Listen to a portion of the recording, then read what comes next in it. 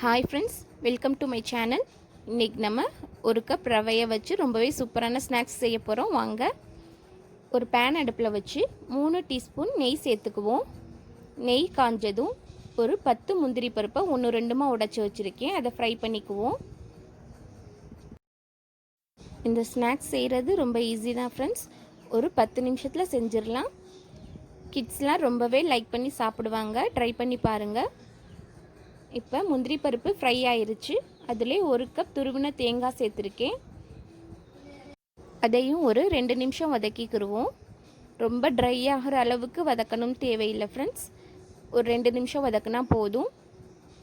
தேங்காயோட ஒரு 4 table spoon அளவு sugar சேர்த்துக்குவோம். உங்களுக்கு இனிப்பு எந்த அளவு தேவையோ அந்தளவு சேர்த்துக்கங்க ஃப்ரெண்ட்ஸ்.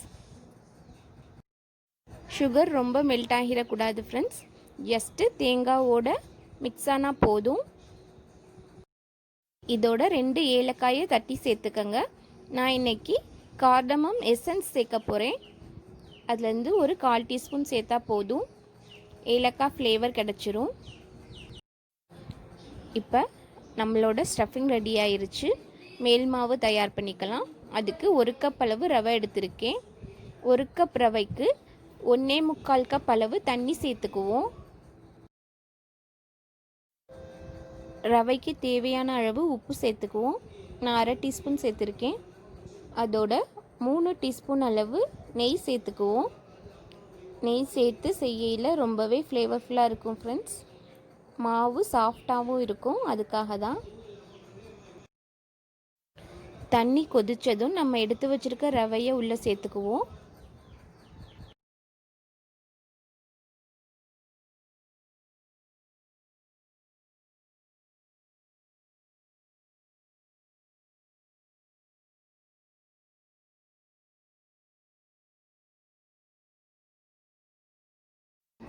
ரவை நல்லா வெந்து சப்பாத்தி மாவு பதத்துக்கு கிடைச்சோன்னு அடுப்பு ஆஃப் பண்ணிடலாம்.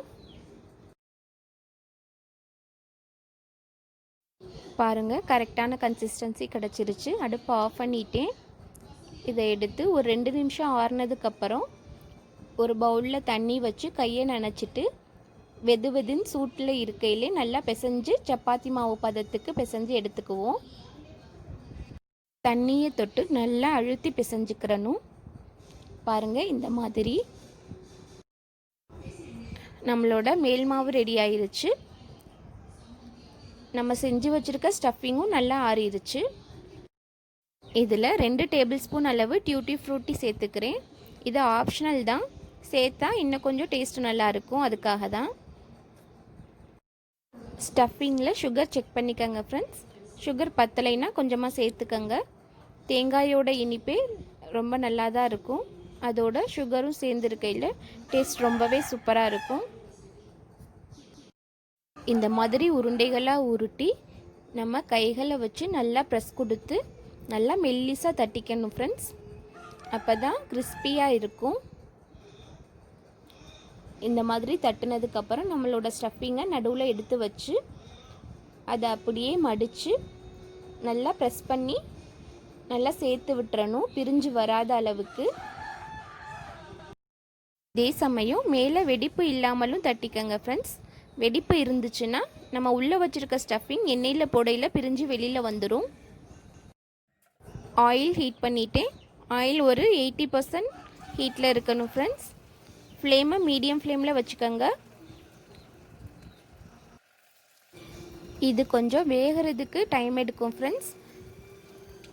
கொஞ்சம் பொறுமையாக தான் வேக வச்சு எடுக்கணும். 2 பக்கமும் நல்லா திருப்பி விட்டு நல்லா கிறிஸ்பாகிற வரையும் வேக வச்சு எடுத்துக்கலாம். மேல் மாவை கையில் வச்சு தட்டையில் நல்லா நைஸாக தட்டிக்கங்க ஃப்ரெண்ட்ஸ்.